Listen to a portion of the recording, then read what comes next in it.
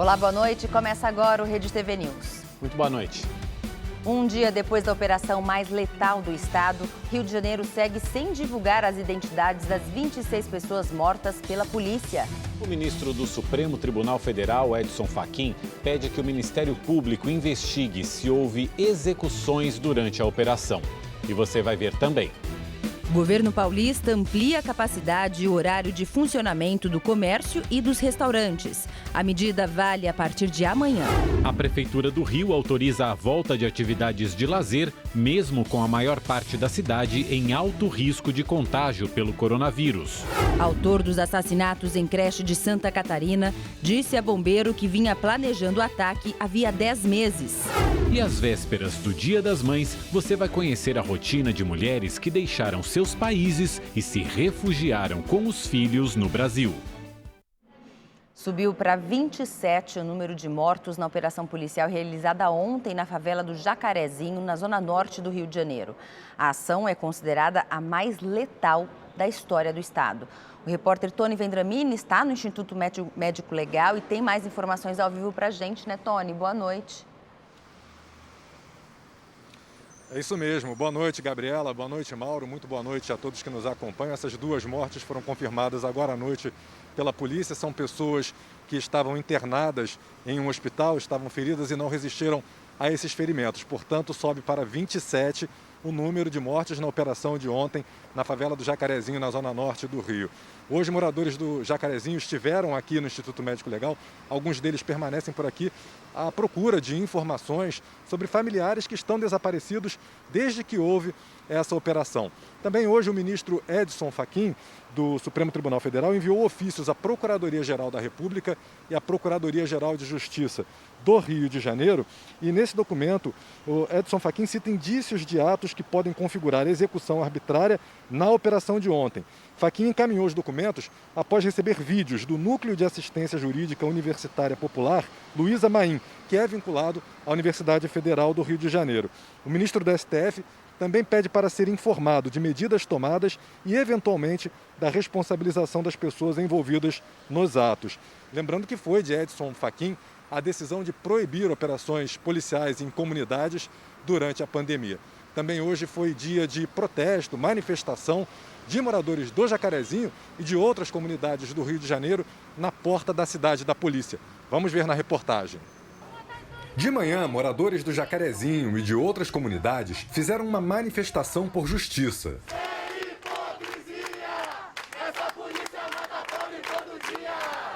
O grupo caminhou até a entrada da cidade da polícia. Os manifestantes depositaram flores e velas no local e pediram o fim dos confrontos nas favelas cariocas. Todos os dias na favela matam preto e favelado e pobre. Então queremos acabar com essa injustiça, com essa guerra. Essa guerra precisa acabar. Foi uma operação para matar.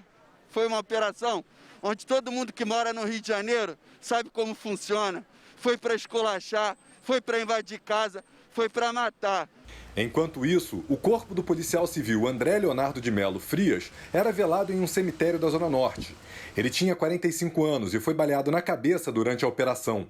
André deixa a esposa, também policial civil, um enteado e a mãe de quem cuidava desde que ela teve um AVC.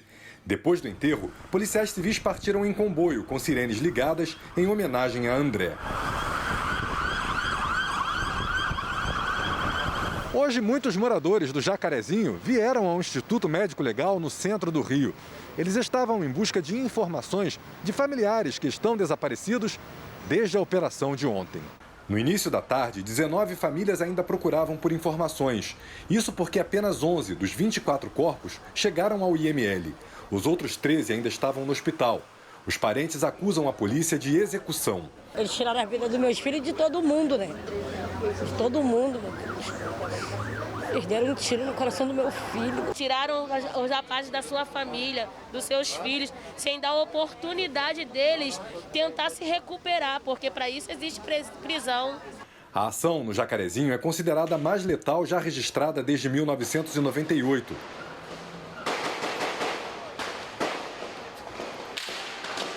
Os dados do Instituto de Segurança Pública apontam que entre janeiro de 98 e março deste ano, 20.957 pessoas morreram em confronto com a polícia no estado do Rio de Janeiro, média de uma morte a cada 10 horas. Segundo o jornal Metrópolis, durante a operação, policiais encontraram em uma casa uma cópia de um relatório com o timbre do Ministério Público sobre a operação, indício de que pode ter ocorrido vazamento de informações. No local estavam 5 dos suspeitos mortos.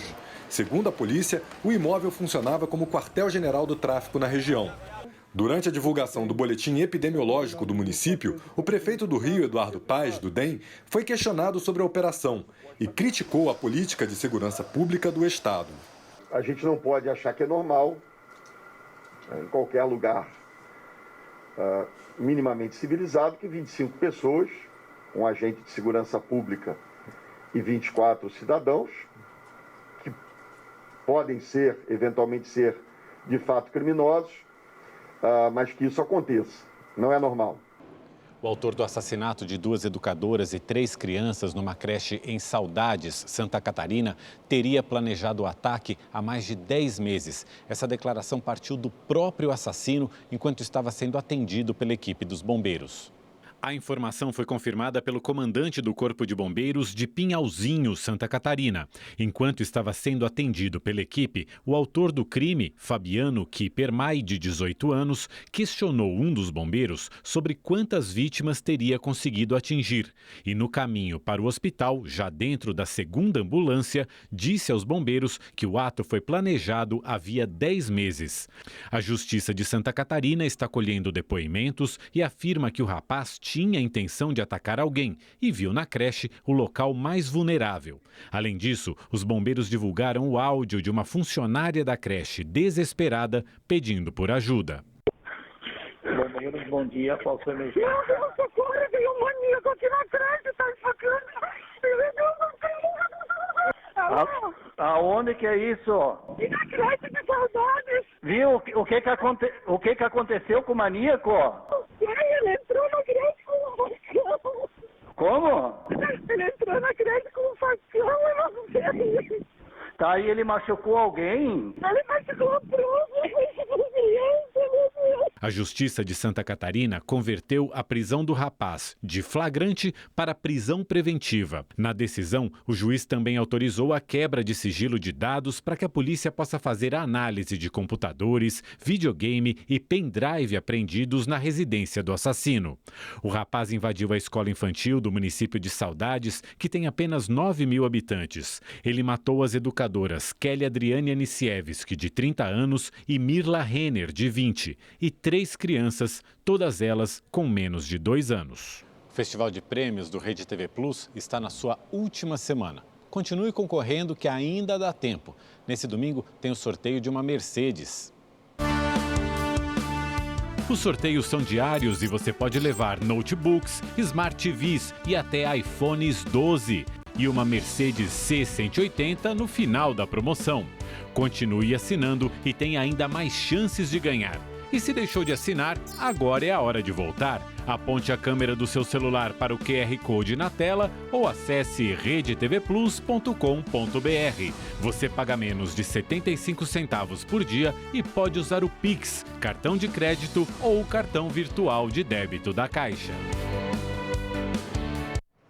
As sobras de imunizantes nos frascos deverão ser reaproveitadas no mesmo dia. A determinação é da Secretaria de Saúde de São Paulo. O repórter Guilherme Lopes tem as informações para a gente. Boa noite, Guilherme.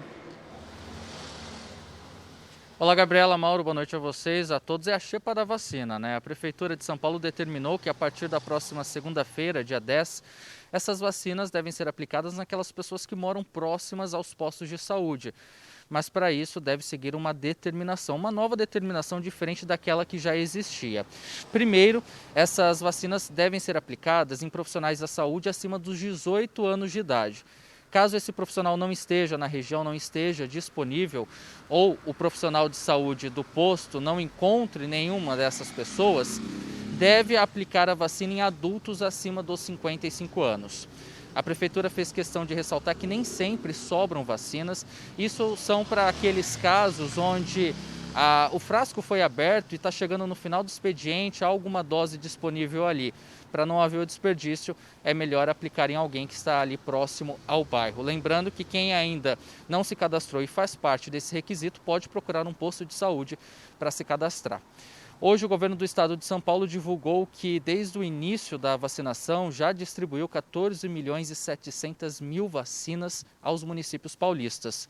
E desse total, 13.100.000 já foram aplicadas e que os municípios devem seguir o cronograma preconizado pela Secretaria Estadual da Saúde, reservando a segunda dose ao receber o lote de vacinas. E há pouco, a Prefeitura de São Paulo informou para a gente que, até o momento, já foram aplicadas 3.600.000 doses aqui no município.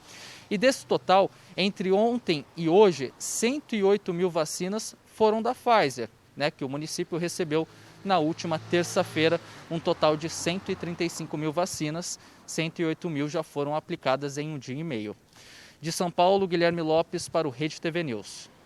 E o governador de São Paulo recebeu a primeira dose da vacina contra a Covid-19. Ao receber a Coronavac, João Dória voltou a afirmar que todos os paulistas serão vacinados até o fim deste ano.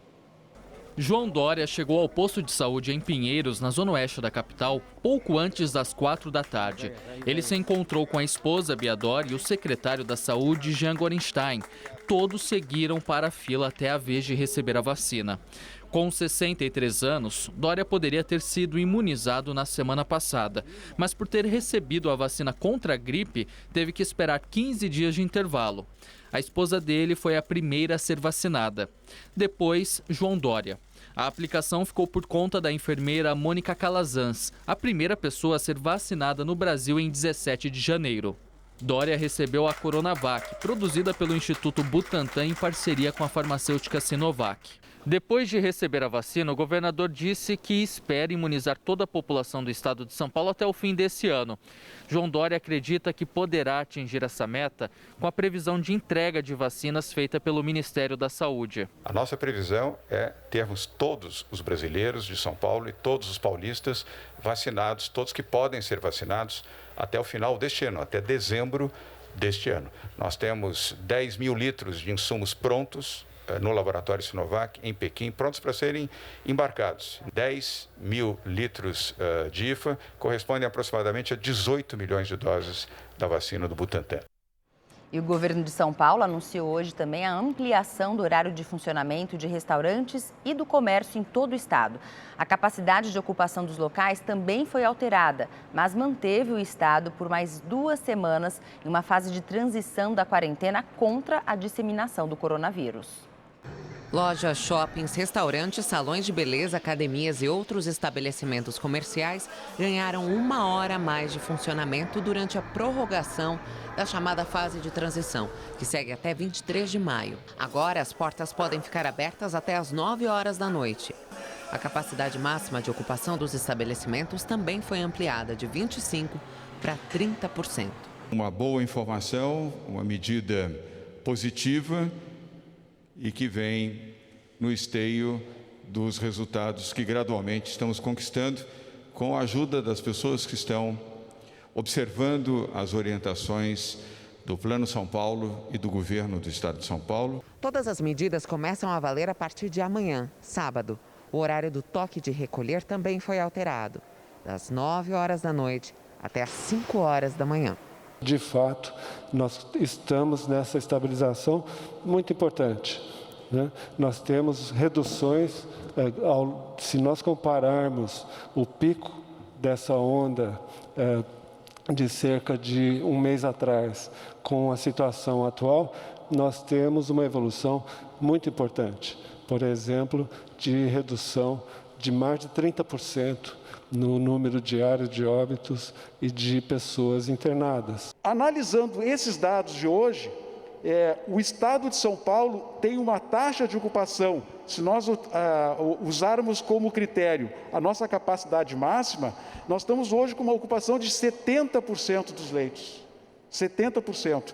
E a taxa de ocupação da Grande São Paulo, 62%.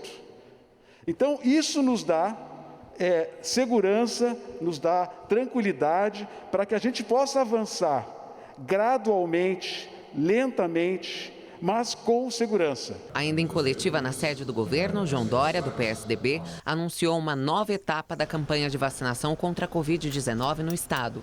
A partir da próxima sexta-feira, dia 14, começa a imunização de pessoas com deficiência e comorbidades, com idades entre 50 e 54 anos. O governo de Minas Gerais anunciou a chegada de 100 mil unidades da Coronavac neste final de semana. Quase todos os municípios do estado estão com a segunda dose atrasada. E na capital Belo Horizonte, as pessoas com comorbidades serão vacinadas com o imunizante da Pfizer. Para evitar aglomeração, a vacinação vai ser dividida em 3 grupos. Hoje foi a vez de pessoas com síndrome de Down. Os pais do Alexandre comemoraram a imunização de mais um membro da família. Somos só nós 3, então, todos 3 vacinados. É uma garantia a mais. Pessoas com doença renal crônica, gestantes e mulheres que tiveram filhos recentemente também foram vacinadas hoje. Simone está grávida de 36 semanas. A médica falou que assim que chegasse era para vacinar, independente de estar perto ou não do nascimento do neném. A vacinação segue nos próximos dias de acordo com a faixa etária. Todos vão receber o imunizante da Pfizer. Minas Gerais tem cerca de 2 milhões de pessoas com comorbidades. Este mês a gente encerre pelo menos a primeira dose desse grupo, melhorando ainda mais a situação de imunidade da população mais vulnerável. Hoje a Secretaria da Saúde aqui de Minas Gerais anunciou que vai receber 100 mil unidades da Coronavac neste final de semana e mais 400 mil na próxima semana. Dos 853 municípios do estado, 830 registram atrasos na aplicação da segunda dose. Para completar o esquema vacinal nessa cidade, são necessários cerca de 370 mil imunizantes. As autoridades da saúde reforçam que é importante tomar a segunda dose mesmo depois do prazo. É recomendado 28 dias pelo estudo, mas a imunidade vai ser alcançada com a segunda dose. Então é importante que todo mundo vá até o posto receber essa dose. Com o avanço da vacinação, o número de mortes por Covid entre os idosos em Minas Gerais caiu até 70%, dependendo da faixa etária. A preocupação agora é com as comemorações do Dia das Mães. Temos que nos preocupar em não aglomerar, evitar o contato com vários grupos familiares. Estamos no momento de segurar o vírus, aumentar a vacinação para que a gente volte à normalidade. E agora a Gabriela de França traz os dados atualizados da vacinação no Brasil. Isso mesmo, Maura. A gente chegou nesta sexta-feira com 34.875.952 pessoas vacinadas contra a Covid-19, isso com a primeira dose, o que representa 16,47% da população brasileira. Já receberam a segunda dose, o reforço do imunizante, 17.563.599 pessoas, o que representa aí 8,29% da população. Agora a gente vai ver a vacinação nos estados. Rio Grande do Sul, proporcionalmente, está na liderança, com 21,43% da população vacinada. Na sequência, vem Mato Grosso do Sul, com 21%. São Paulo aparece em terceiro lugar, com 18,32% da população. Depois, Espírito Santo, com 17,78%. E Bahia, com 17,62% da população vacinada contra a Covid-19 aqui no Brasil. Mauro. A Prefeitura do Rio de Janeiro flexibilizou algumas medidas restritivas contra a Covid-19. Só que 30 regiões da capital continuam em risco muito alto de contaminação para a doença. A partir de amanhã está liberada a permanência de pessoas nas praias, parques e cachoeiras durante os fins de semana e feriados. Bares e restaurantes voltarão a funcionar sem restrição de horário, mas música ao vivo somente até às 11 horas da noite. Casas de espetáculo voltam a abrir as portas, mas somente com 40% da capacidade e com o público sentado. Já boates, festas com venda de ingressos e ônibus fretados continuam proibidos. O novo decreto vai até o dia 20 de maio. Se a gente perceber que alguns locais tradicionais, virou aquela bagunça de novo, nós vamos estabelecer medidas restritivas específicas para esses locais, para não prejudicar a cidade inteira também por algumas áreas ou por alguns irresponsáveis. A Prefeitura voltou a dividir o município em 33 regiões administrativas. No momento, 3 delas estão em risco alto e 30 em risco muito alto de contaminação para a Covid-19. A flexibilização acontece no momento em que as autoridades de saúde detectaram uma nova variante em circulação. A nova cepa, chamada de P1.2, já foi identificada em 11 cidades do estado do Rio de Janeiro. Na capital fluminense, um caso foi confirmado. Aparentemente ela não tem nenhuma relevância do ponto de vista de aumento de número de casos ou de uma disseminação mais veloz ou de uma gravidade maior. Após a decisão do Supremo Tribunal Federal, a Secretaria Municipal de Saúde suspendeu hoje a vacinação contra a Covid-19 em profissionais de educação, agentes de segurança, de limpeza urbana, assim como motoristas e cobradores de ônibus. A Prefeitura do Rio já recorreu da decisão. Nós vamos apresentar para eles uma nota técnica, trazendo os argumentos, mostrando que é possível sim continuar vacinando professores, profissionais de limpeza, e esses profissionais de transporte. É possível, nós temos condições de fazer isso sem prejudicar em nada a vacinação de outros grupos prioritários definidos no PNI. Hoje o município recebeu mais de 40 mil doses da Coronavac e, com isso, vai conseguir manter a aplicação da segunda dose. A Secretaria de Saúde espera receber mais imunizantes na próxima semana. O presidente Jair Bolsonaro participou hoje da inauguração da ponte do Abunã, em Porto Velho, Rondônia. Com 1,5 km de extensão, a ponte começou a ser construída em 2014 e vai ligar Rondônia ao estado do Acre. Até agora, esse acesso só era possível por balsas. Segundo o governo, a ponte deve receber cerca de 2.000 veículos todos os dias. Nós estamos com o trabalho de muita gente, unindo o Acre por rodovias ao restante do nosso país. Desde o começo eu falei, não vamos nos preocupar com obras nossas, dizer que aquilo é meu ou não é meu. Ainda durante o discurso, Bolsonaro voltou a falar sobre um possível decreto contra as medidas restritivas de estados e municípios no combate à pandemia. Creio que a liberdade é o bem maior que nós podemos ter. Tenho falado, se baixar um decreto que já está pronto, todos cumprirão. Não se justifica daqui para frente, depois de tudo que nós passamos, fechar qualquer ponto do nosso Brasil. E mais uma vez, o presidente chamou o Exército de meu exército. O meu exército jamais irá às ruas para mantê-los dentro de casa. A minha marinha, o meu exército e a minha aeronáutica jogam dentro das 4 linhas da Constituição. Não admitiremos quem queira jogar fora das 4 linhas da nossa Constituição. O volume de vendas do comércio varejista caiu 0,6% em março em relação ao mês anterior. A boa notícia é que, no acumulado dos últimos 12 meses, o comércio teve alta de 0,7%. Na comparação com março do ano passado, o setor cresceu 2,4%.